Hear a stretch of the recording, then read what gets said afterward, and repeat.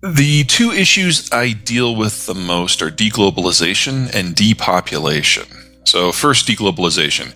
We do not have a history of trade as a species until really 1945. We had a series of competing imperial systems before that went after resources and labor and markets and everything, but they kept everything in-house. That ultimately generated the World Wars and World War II. At the end of the war, the Americans proposed that they would use their navy so that everyone could go anywhere at any time and interface with any market, partner with any foreign country, participate in any supply chain, and the United States would open its market if in exchange everyone would line up shoulder to shoulder, not behind us or with us, but in front of us to absorb any ammo that happened to come in from the Soviet Union. We purchased an alliance to fight the Cold War. That's globalization. It was always a security plan for the Americans, not an economic one. And so in the last 7 elections since the Cold War ended, we've elected more and more isolationist and populist presidents, and Biden is the culmination of that. He is more populist and he is more or less of a globalist than even Trump was. This isn't an aberration, this is a trend. Second, depopulation. Normally you have a lot of babies and then fewer children, fewer teenagers, fewer young adults, fewer mature adults, and fewer retirees. Normally, if you stack it all up, you get a pyramid. Well, when the United States allowed global trade, everyone could access all the capital and technologies and resources of the world. So the whole world started to industrialize at a breakneck pace. And when you industrialize, you move to town. And so on the farm, kids are free labor. In town, they're just really, really expensive pets. You do this for 75 years, and we now have a good chunk of the world, the advanced world, that has more people in their 60s than their 50s than their 40s than their 30s than their 10s and so on. And even in the developing world, that process is well past the point of no return because it happened even faster in places like Brazil or India. So we've always known that the 2020s were the decade when we have a demographic bust globally that is irreparable and irrecoverable. This was always coming. It's been coming ever since the Gen X was born, because everywhere in the world, Gen Xers are smaller than the boomers, and in most of the world, the millennials are even smaller, and so on. You add depopulation to deglobalization, and the very future of trade, period, has to change. The concept of global complex supply chains goes away. The idea of a single price for oil goes away. The idea that we can feed 8 billion people goes away. So the end of the world is just the beginning. It's about what's on the backside of this. And we are... Trump sped things up a little bit. Biden sped them up more. COVID really did a number on it. And the Ukraine war is a hard stop. So the old era is already gone.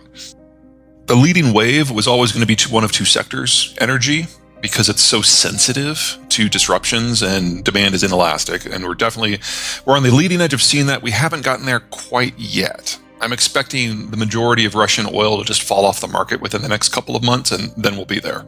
And then the other one is manufacturing, because supply chains are so complicated and complex.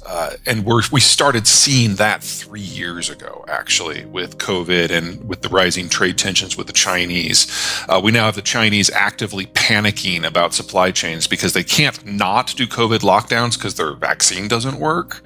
And they're now realize that they've had 2 American presidents back to back that are hyper-populist, and everything that Trump said he was going to do, Biden is actually turning into policy.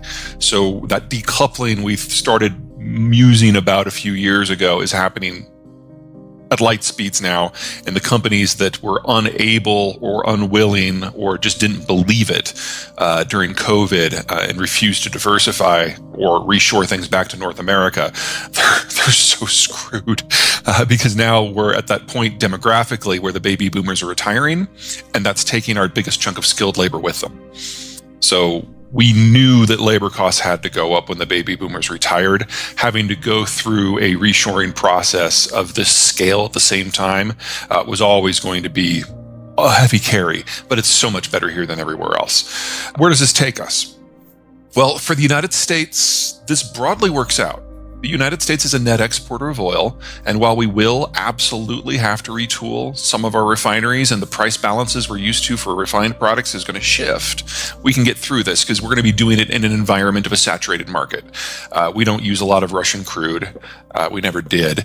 And refineries have been moving bit by bit in this direction for 15 years because of the shale revolution anyway, to run on what is local. So we'll be okay there. We're the world's largest exporter of foodstuffs. We'll be okay there. And we're in the Western Hemisphere, which is largely, maybe immune's not the right word, but certainly heavily resistant and atypical compared to the Eastern Hemisphere in terms of population structures and trade patterns and resource access. So the United States will have some bumps on the way, but 5 years from now, we're going to be in a better place than we are now with a more stable supply chain system. Getting here, from here to there, it'll be awkward at times. Everybody else is so screwed, though.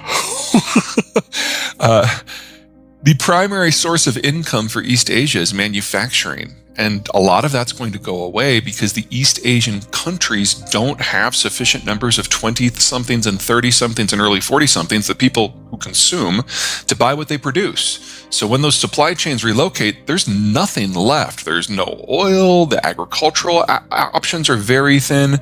The Chinese import 85% of their oil. 85% of that comes from the Persian Gulf, and the United States is no longer there to keep the lines open.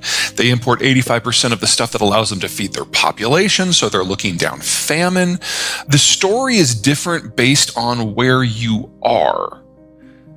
But this 70-year period we've been in, where it almost seems like hyper-growth and hyper-technological advancement, because it has been that way, that stops now.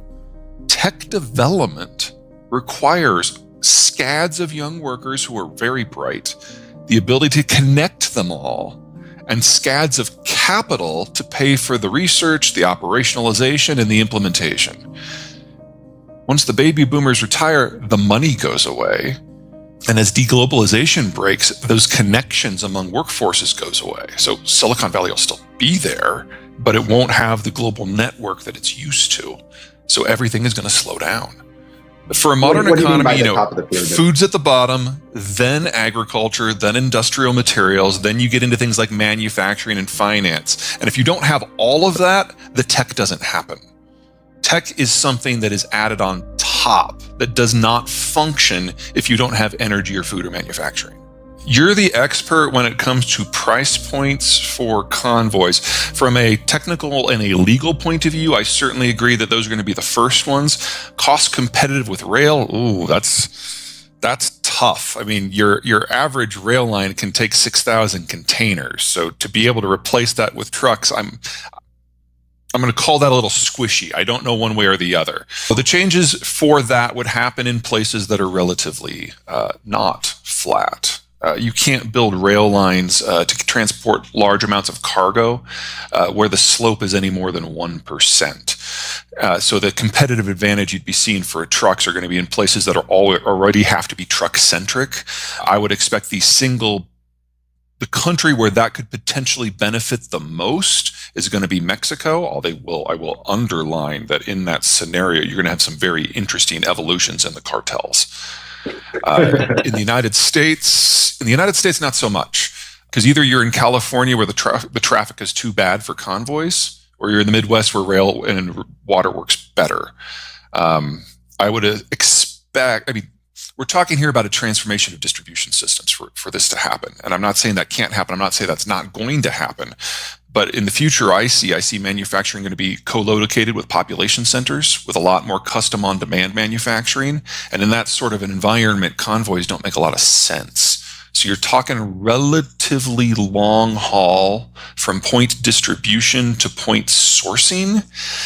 We understand oil. We know we have to deal with Iraq and Iran and Venezuela and Russia. It's a supply chain that's awkward and painful sometimes, but we understand it. If you want to move to EV, you have to replace the oil supply chain system with 13 more.